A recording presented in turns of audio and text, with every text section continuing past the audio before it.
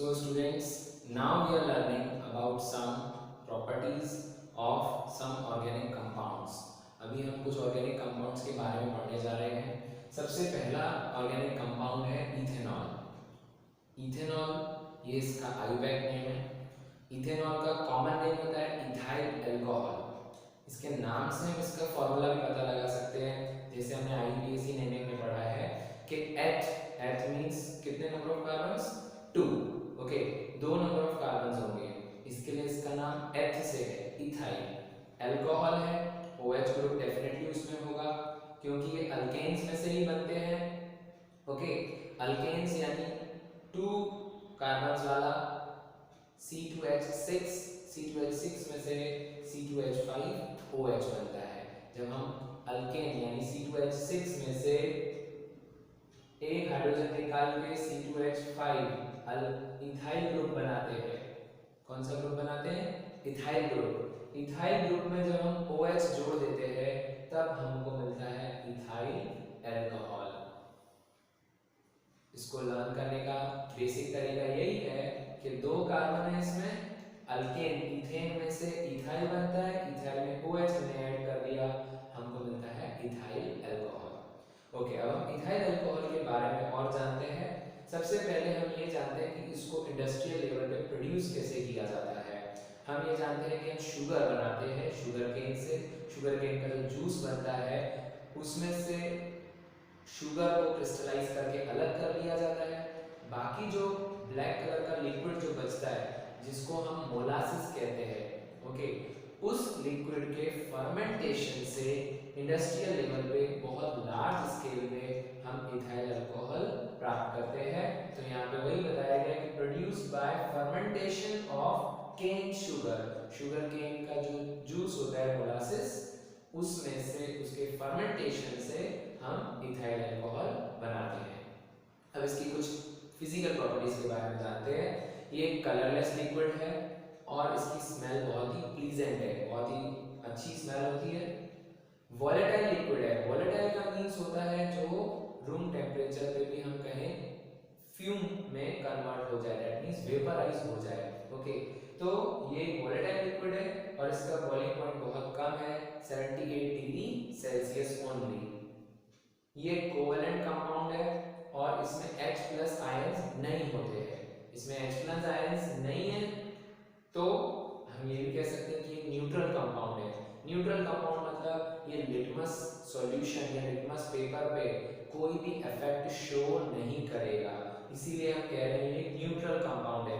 Means ना तो ये एसिडिक है और ना ही ये बेसिक है, right? It doesn't affect litmus.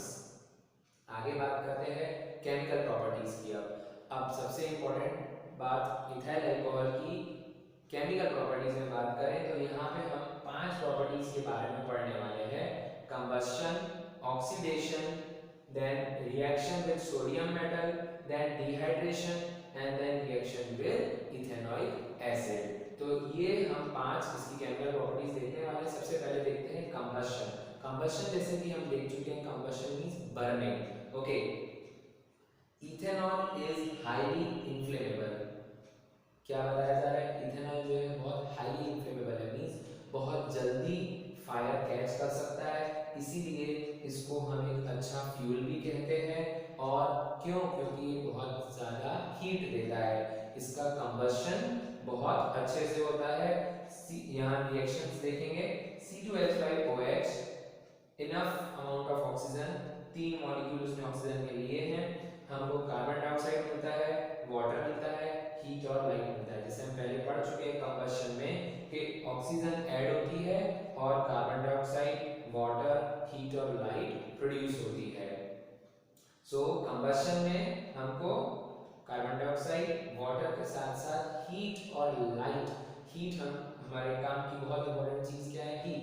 बहुत ज्यादा हीट मिलती है, इसीलिए हम इथाइल अल्कोहल को फ्यूल की तरह भी यूज करते हैं और इवन केमिस्ट्री लैब्स में उसको स्पिरिट लैम्प्स में भी हम लोग यूज करते हैं।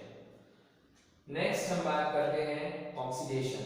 अब ऑक्सीडेशन क्या है? हमने अभी देखा कि ऑक्सीजन का ऐड हो रहा है, but oxidation means addition of oxygen तो होता है, लेकिन हम ये भी समझ सकते हैं it is a controlled combustion, कि कंबस्शन भी हो रहा है, ऑक्सीजन का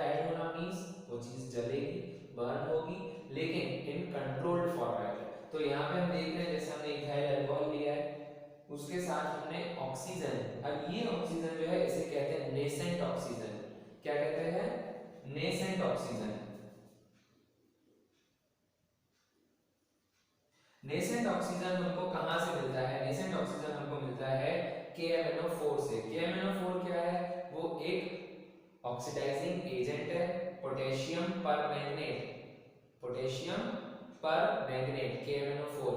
इसके साथ हीट करने पर जब हम इथाइल अल्कोहल को KMnO4 के साथ हीट करते हैं तो ये ऑक्सीजन प्रोवाइड करता है इथाइल अल्कोहल को, और क्या होता है इसमें से वाटर रिमूव हो जाता है और CH3COOH बन जाता है। अब इस रिएक्शन को समझने के लिए अगर हम देखें यहाँ से H2O हम जो दिख रहा है वो अगर हम रिमूव कर दें और दो ऑक्सीजन के एटम्स इसकी जगह पे प्लेस कर दें तो हमको इथेनॉइक एसिड मिल जाता है।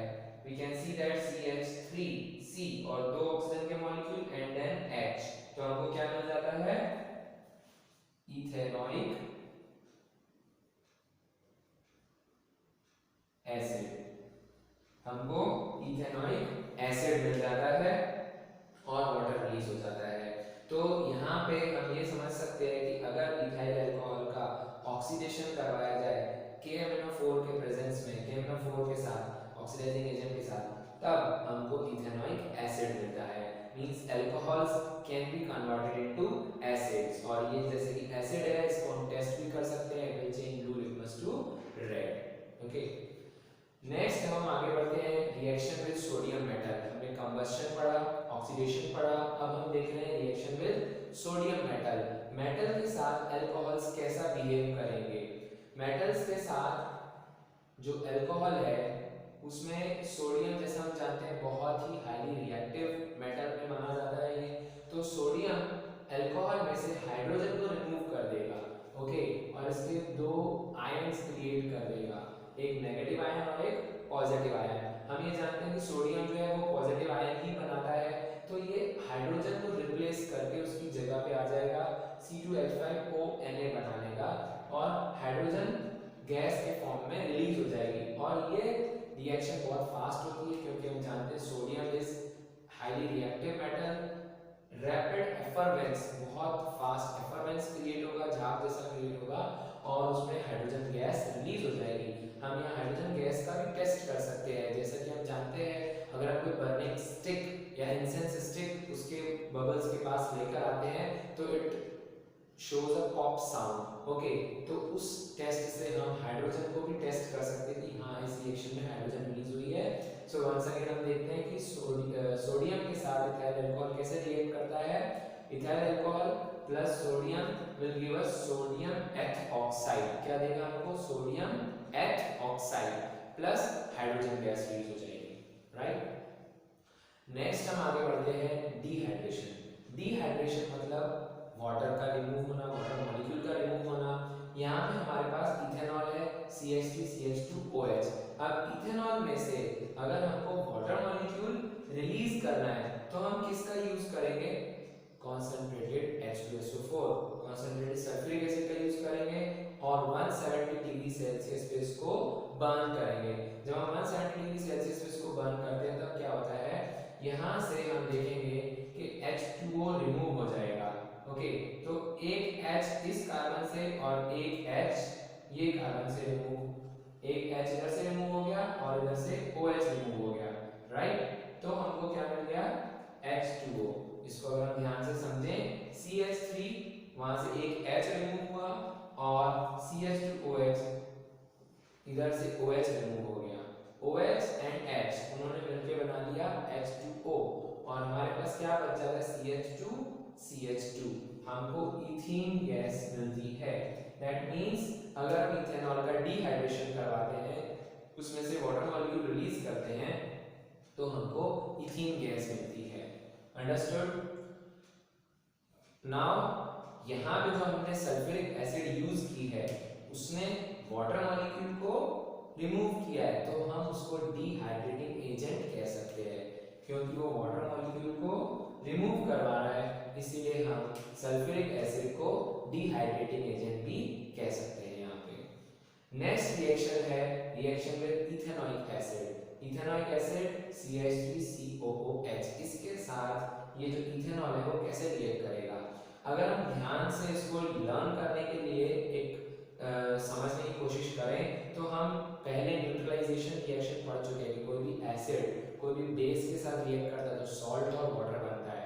वैसे ही कुछ यहाँ पे आपको देखने को मिलेगा कि यहाँ पे जो इथेनॉइक एसिड है ओके वो इथेनॉल जो है बेस की तरह यहाँ पे रिएक्ट कर रहा है एसिड के साथ और क्या बना रहा है, एक सॉल्ट बना रहा है और वाटर बना रहा है। इसके मैकेनिज्म को समझने की कोशिश अगर हम करते हैं तो जो इथेनॉल है वो क्या देता है, इथेनॉल OH मॉलिक्यूल देता है। ओके इथेनॉइक एसिड है, क्योंकि वो एसिड है तो वो हाइड्रोजन को रिलीज करेगा, राइट। इथेनॉल OH मॉलिक्यूल देगा और इथेनॉइक एसिड H मॉलिक्यूल देगी।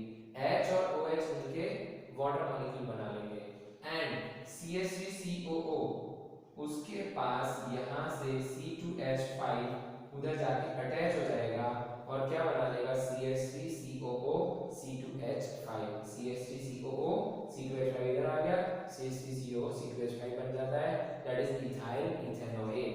ये एक सॉल्ट बनता है और वाटर रिलीज होता है। तो इसको लर्न करने के लिए इसका मैकेनिज्म समझ में आ जाना चाहिए। इथेनॉल प्लस इथेनॉइक एसिड हमको देगा इथाइल इथेनोएट, इधर दो कार्बन है, ethyl ethanoate plus water. Clear. Next हम आगे बढ़ते हैं इसके यूजेस के साथ। देखते हैं हम यूजेस इसके कहाँ पे मेनली होते हैं। मेन यूजेस इनका पेंट, मेडिसिन्स, डाइज, सोप, ये सब बनाने के लिए इथाइल अल्कोहल का यूज किया जाता है। दूसरा वो सॉल्वेंट की तरह बहुत अच्छा सॉल्वेंट है, इसलिए मेडिसिन्स में यूज होता है। वो एक फ्यूल की तरह यूज होता है। Then ethyl alcohol alcoholic drinks में भी यूज होता है एंड देन उसको एंटीसेप्टिक की तरह भी यूज किया जाता है टू स्टेरलाइज द वुंड्स, और जो भी इंजरीज होती है उनको स्टेरलाइज करने के लिए इसको एंटीसेप्टिक की तरह भी यूज करते हैं। Now students, we will learn about another organic compound that is ethanoic acid. Okay, ethanoic acid इसको हम एसिटिक एसिड के नाम से जानते हैं और डेली लाइफ में हम इसका कहाँ यूज करते हैं थोड़ा सा हम ध्यान देते हैं। Acetic acid that is CH3COOH CH3COOH ethanoic acid, दो कार्बन है इसलिए एथर है। इथेनॉइक एसिड इसका IUPAC नेम है इथेनॉइक एसिड, कॉमन नेम इसका है एसिटिक एसिड।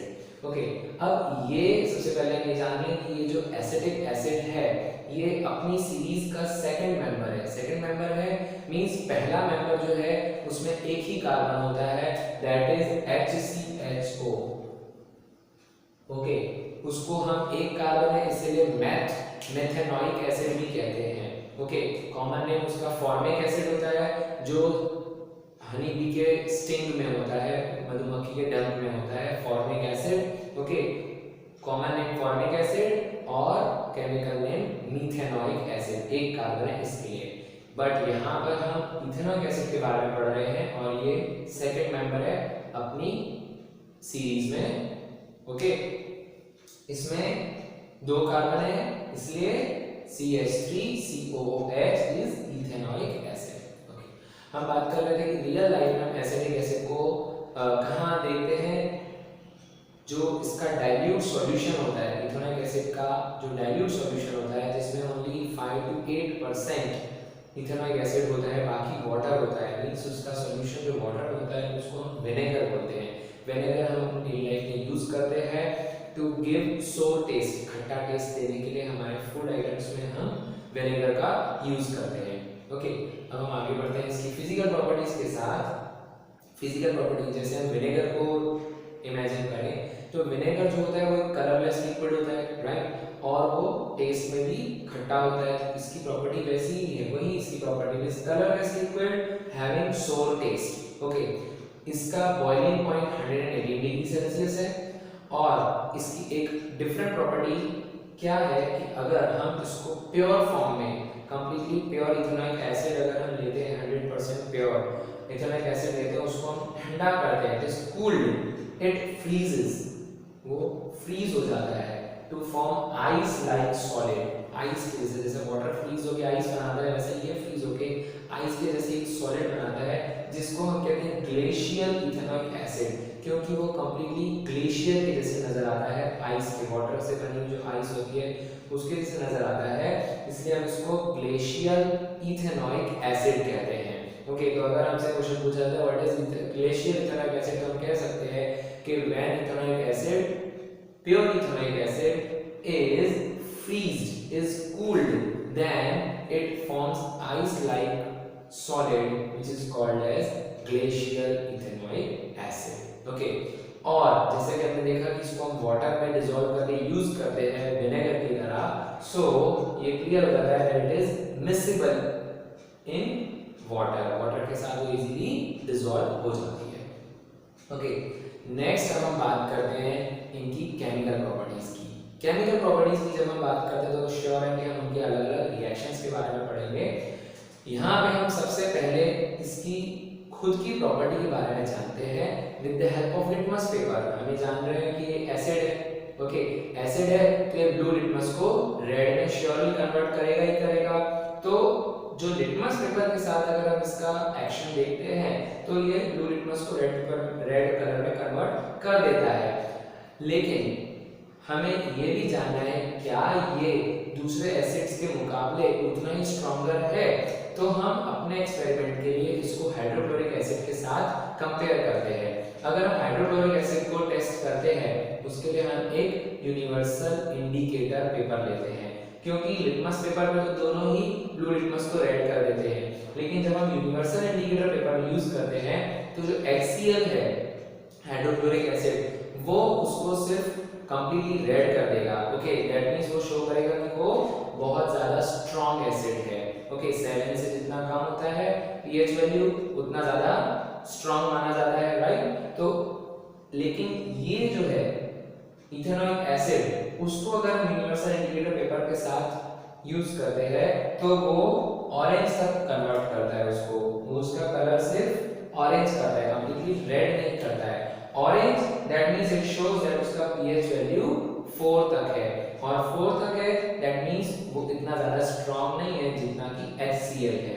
HCl उसको रेड में कन्वर्ट करता है, दैट मींस अराउंड उसका 1 जितना है, लास्ट बिल्कुल 1, क्योंकि हम जानते हैं HCl स्ट्रांग एसिड में आता है, लेकिन इथेनॉइक एसिड वो वीक एसिड में आता है, तो ये उसको सिर्फ ऑरेंज तक कलर में कन्वर्ट करता है, और उससे हम अंदाजा लगा सकते हैं कि उसका pH वैल्यू अराउंड 4 है। तो that's why you can say that ethanoic acid जो है वो एक वीक एसिड है। ओके, नेक्स्ट अब हम इसकी रिएक्शंस के बारे में पढ़ते हैं। पहली रिएक्शन है इसकी रिएक्शन विद कार्बोनेट्स। कार्बोनेट्स यानी CO3 वाले कंपाउंड। CO3 हम most of reactions sodium carbonates के साथ ही देखते हैं। यहाँ पे भी हमने वही किया है, इथेनॉइक एसिड CH3COOH को सोडियम कार्बोनेट के साथ दैट इज Na2CO3 के साथ जब हमने रिएक्शन करवाया तब हमें क्या मिलता है, सोडियम इथेनॉइक मिलता है और कार्बन डाइऑक्साइड और वाटर मिल जाता है।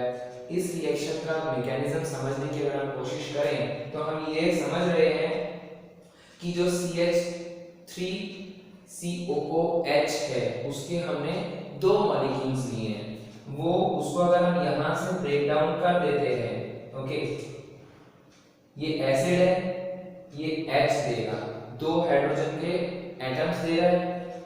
यहाँ पे Na2CO3 को भी हम ब्रेक करते हैं, ओके, तो CO3 में से एक ऑक्सीजन चला गया और H में से ये इथेनॉइक एसिड में से 2 हाइड्रोजन के एटम्स आ गए।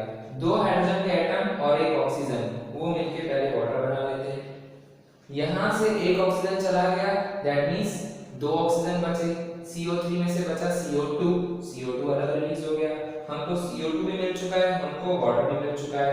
अब बचा क्या है हमारे पास, 2 एटम सोडियम के बचते हैं और 2 एटम CH3COO के बचते हैं, क्योंकि ये नेगेटिव आयन बनाएंगे और सोडियम पॉजिटिव आयन बनाता है, ये दोनों कंबाइन होकर CH3COO Na बना लेते हैं, दैट इज सोडियम इथेनोएट। तो अब हम यहाँ समझ सकते हैं कि कार्बोनेट्स रिएक्ट कर रहे हैं तो ऑब्वियस है CO2 और वाटर तो रिलीज होगा ही होगा। तो मेन प्रोडक्ट हमारा क्या बन रहा है, CH3COO Na, क्योंकि ये कार्बोनेट किसका है, सोडियम का है, इसलिए सोडियम इथेनोएट बनता है यहाँ पे। ओके, नेक्स्ट रिएक्शन हम देखते हैं, रिएक्शन विद हाइड्रोजन कार्बोनेट्स या फिर उनको बाइकार्बोनेट्स भी कहा जाता है। हाइड्रोजन कार्बोनेट सोडियम का ही हमने लिया है यहाँ पे, सोडियम हाइड्रोजन कार्बोनेट, उसका रिएक्शन हम इथेनॉइक एसिड के साथ करवाते हैं। प्रोसीजर उसी तरीके से है, यहाँ पे हमने एक मॉलिक्यूल लिया है एसिड का, वहां हमने दो मॉलिक्यूल लिए थे, यहाँ पे हमने एक ही मॉलिक्यूल लिया है। ये यहाँ से ब्रेक डाउन होगा, एक हाइड्रोजन ये रिलीज करेगा, एक हाइड्रोजन यहाँ से रिलीज होगी, राइट, ये हाइड्रोजन रिलीज हो जाएगी, ये हाइड्रोजन, दो हाइड्रोजन हो गए, एक ऑक्सीजन CO3 से मिलेगा, H2O बन गया, बाद में CO2 बचा, CO2 बन गया, बाद में एक एटम सोडियम का और CH3COO, ये दोनों कंबाइन होके CH3COO Na बना लेते हैं, same product sodium ethanoate. Okay, sodium ethanoate same product बनाते हैं। वहां पे हमने सोडियम कार्बोनेट से रिएक्शन देखा, यहाँ पे हम सोडियम हाइड्रोजन कार्बोनेट से रिएक्शन देखते हैं। वहां पे हमने दो मॉलिक्यूल इथेनॉइक एसिड के लिए थे, यहाँ पे हमने सिर्फ एक मॉलिक्यूल लिया है, प्रोडक्ट हमको वही मिलते हैं, सोडियम इथेनोएट, कार्बन डाइऑक्साइड और वाटर। नेक्स्ट हम बात करते हैं इथेनॉइक एसिड के रिएक्शंस की with sodium hydroxide. Sodium hydroxide, hydroxide एक बेस है, ओके, हाइड्रोक्साइड मतलब बेस होगा, और हम किसकी रिएक्शन करवा रहे हैं, इथेनॉइक एसिड की। हम ये जानते हैं कि जब भी कभी एक एसिड और एक बेस रिएक्ट करते हैं तब सॉल्ट और वाटर ही बनता है, बहुत सिंपल है। तो हम यहाँ पे भी इसके मैकेनिज्म को समझें अगर, तो हमको जो इथेनॉइक एसिड है वो हाइड्रोजन रिलीज करेगा, सोडियम हाइड्रोक्साइड है वो OH रिलीज करेगा, H और OH मिलके वाटर बना लेंगे। अब क्या बचा, CH3COO प्लस Na, तो CH3COO और Na वही प्रोडक्ट सोडियम इथेनोएट यहाँ पे बन जाता है, that is a salt. Okay, तो ethanoic acid plus sodium hydroxide ये मिलके क्या बनाते हैं, सोडियम इथेनोएट और वाटर रिलीज करते हैं। तो ये एक तरीके की न्यूट्रलाइजेशन रिएक्शन है जिसमें एक एसिड और एक बेस रिएक्ट होके एक सॉल्ट और एक वाटर को प्रोड्यूस करते हैं। नेक्स्ट रिएक्शन हम देखते हैं, रिएक्शन विद अल्कोहल्स। अल्कोहल्स के साथ कैसी रिएक्शन है, इथेनॉइक एसिड जब इथाइल अल्कोहल के साथ रिएक्ट करेगा, प्रोसीजर कुछ उसी तरीके से रहेगा, ये हाइड्रोजन को रिलीज करेगा, इथाइल अल्कोहल OH को रिलीज करेगा, लेकिन this reaction takes place in the presence of concentrated sulphuric acid. ये सल्फ्यूरिक एसिड के प्रेजेंस में ही रिएक्शन होती है, तब हाइड्रोजन और दैट इज H और OH वो मिलके बनाते हैं वाटर, और हमको क्या मिलता है, CH3COO C2H5। यहाँ पे H की जगह पे C2H5 उसकी जगह ले लेता है, CH3COO C2H5 बनाता है, that is ethyl ethanoate, ethyl ethanoate. Okay, ये रिएक्शन होती है इथेनॉइक एसिड की इथाइल अल्कोहल के साथ in presence of sulphuric acid, ethyl ethanoate और वाटर बनता है, राइट। ये थे सारे केमिकल प्रॉपर्टीज इथेनॉइक एसिड के। अब हम जानते हैं उसके कुछ यूजेस के बारे में। उसके यूजेस उसकी प्रॉपर्टीज के ऊपर ही डिपेंड करते हैं। हमने अभी देखा कि वो एक सोर टेस्ट प्रोड्यूस करता है, इसीलिए उसको पिकल्स और सॉसेस के प्रिजर्वेशन के लिए यूज किया जाता है, उसकी प्रिपरेशन में यूज करते हैं हम। पिकल्स और सॉस में हम फूड आइटम को प्रिजर्व करके रख सकते हैं, तो उनको बनाने के लिए हम विनेगर का यूज करते हैं। विनेगर मतलब इथेनॉइक एसिड का हम लोग यूज कर सकते हैं यहाँ पे, right. It is used in making cellulose acetate, और एक सेलुलोज एसीटेट वो एक आर्टिफिशियल फाइबर है, एक थ्रेड, एक फाइबर बनाने के लिए भी हम इथेनॉइक एसिड का यूज करते हैं to make cellulose acetate. Next, it is used in manufacture of acetone, acetone बनाने के लिए और कुछ एस्टर्स बनाने के लिए। जैसे हमने यहाँ पे देखा, हमने इथाइल इथेनोएट बनाया, वो एक एस्टर है। एस्टर का केमिकल फॉर्मूला होता है RCOOR। Okay, COO functional group के दोनों तरफ अल्काइल ग्रुप्स आ जाते हैं, उसको हम एस्टर कहते हैं। तो ये जो इथाइल इथेनोएट है, ये भी एक एस्टर है, इसकी भी स्मेल एक स्वीट स्मेल है। ओके, इसीलिए इसको परफ्यूम्स में यूज किया जाता है। So it is used in manufacture of acetone, ester used in perfumes.